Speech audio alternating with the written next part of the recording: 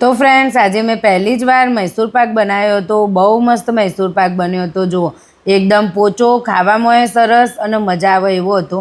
पण एमां थोड़ी कचाश रही जाए। कचाश एटले के मारे थोड़ोक छूटो पड़ी गयो, कोरो रही गयो। हवे केम रही गयो ए मने नहीं खबर। 70 થી 80% सरस बन्यो तो हूँ तमने रेसिपी बताऊँ, तमे मने कमेंट करजो कि आमां थोड़ीक शुं भूल रही गई जेना कारणे आ प्रॉब्लेम आयो मारा मैसूर पाकमां। आम पण आपणे पहली बार कोई मीठाई बनावीए तो एमां थोड़ीक थोड़ीक कचाश तो रही ज जती होय छे, पण मारे 70 થી 80% सरस बन्यो तो चालो हूँ तमने रेसिपी आपी दऊं कि मैं केवी रीते बनाव्यो। तो एना माटे मैं अहींया घड़ी 1 कप भरीने बेसन लीधुं छे।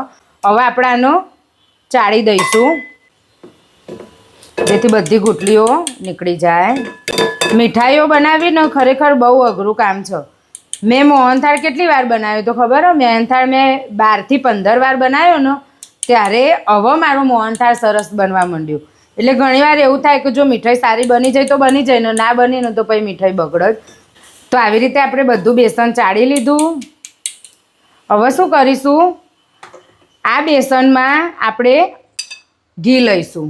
બેસનમાં જરૂર પ્રમાણે આપણે થોડું થોડું ઘી ઉમેરીશું। અત્યારે મેં અડધો કપ ઘી લીધું છે। જો આ અડધો કપ ઘી લીધું એના આપણે આવી રીતે બેસનમાં ઉમેરી દઈશું અને બરાબર મિક્સ કરીશું। તો જો આપણે અડધો કપ ઘી લીધું હતું ને તો હજી જો બેટર આપણું એકદમ રની નહીં થયું મૈસૂર પાક માટેનું, તો હજી આપણે અડધાનો અડધો કપ બીજું ઘી લઈશું।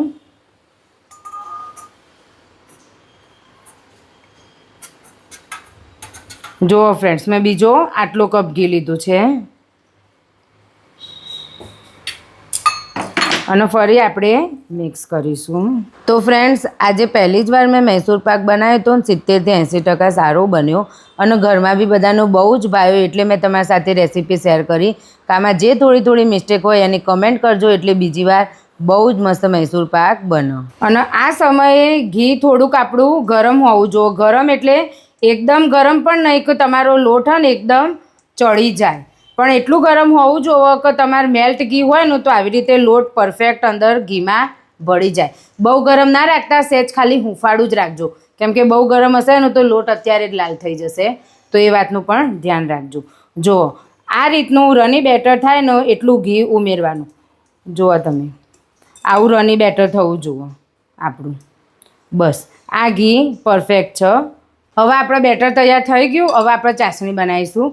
તો ચાસણી માટે જો એક આખો કપ ભરીને લોટ હતો ને એના સામે મેં 1 કપમાં થોડીક ઓછી ખાંડ લીધી છે।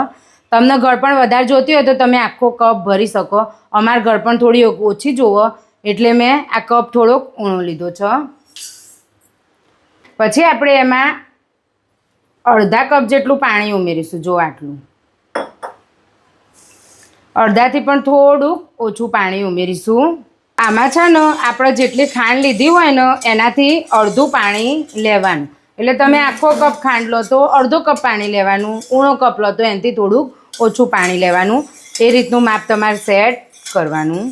તો બસ હવે આપણે ચાસણી કરીશું ખાંડની। તો એક બાજુ આપણે ચાસણી કરવા મૂકીએ ને ત્યારે સાઈડ ઉપર પેલો અડધો કપ ઘી હતું ને એ આવી રીતે ગરમ કરી લઈશું અને ગરમ થાય ને ત્યારે ગેસ બંધ કરી લેવાનો અને હવે ચાસણી કરીએ। તો બસ આપણે આ ચાસણી કરીશું। કેવી ચાસણી કરીએ ને એ પણ હું તમને બતાવું।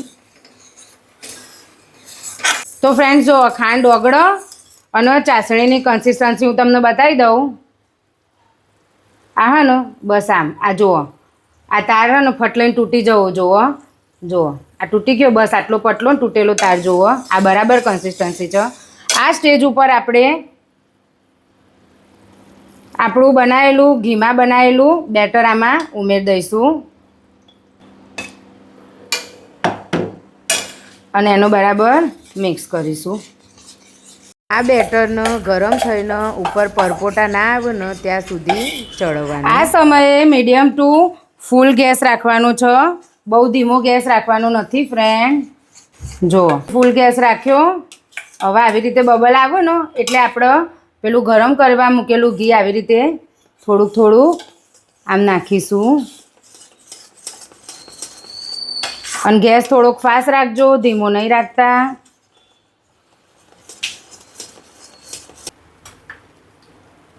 મારે સ્ટીલની કઢાઈ હતી ને એટલે એમાં બેટર નીચે થોડું ચીટકતું હતું એટલે મારે કઢાઈ ચેન્જ કરવી પડી.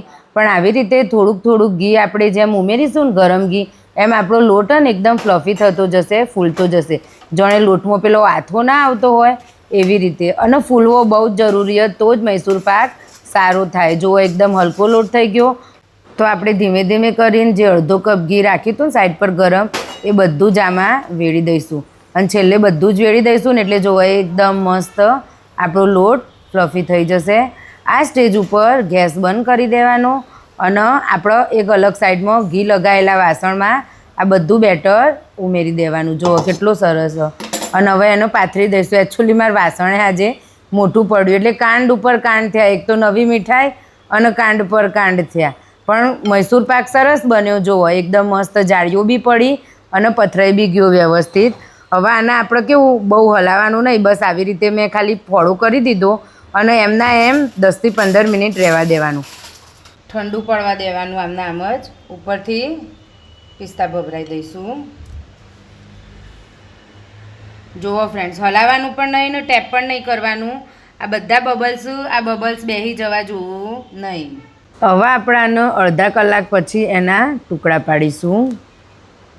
તો જુઓ ફ્રેન્ડ્સ, આપણે મૈસૂર પાકનો અડધો કલાક જેટલું થઈ ગયું છે એટલે એકદમ જામી ગયો. હવે આપણે એનો કટ કરીશું. આપણે મનપસંદ ટુકડામાં કટ કરી લઈશું પતલા ચપ્પા વડે. તો ફ્રેન્ડ્સ, મેં કટકા કરીને અલગ પ્લેટમાં મૈસૂર પાક કાઢી લીધો. પણ આ થોડોક ઝેર વધારે થયો કટકા કાઢવા જાય ને તો બધા કટકા પ્રોપર ના નીકળ્યા. બાકી ટેસ્ટમાં તો બહુ મસ્ત છે પણ ખબર નહીં શું નાની એવી મિસ્ટેક રહી ગઈ જેના કારણે થોડોક છૂટો પડી ગયો. બાકી જો ટુકડો હું તમને તોડીને બતાવી દઉં. બહુ મસ્ત, ખાવામાં મસ્ત, પોચોય અને સરસ. મારા મોહનથાળમાં આ જ પ્રોબ્લેમ થતો હતો. તો તમે મને કમેન્ટ કરજો. હવે મળીશું આવી નવી બીજી રેસીપીમાં. ત્યાં સુધી બાય બાય, ટેક કેર.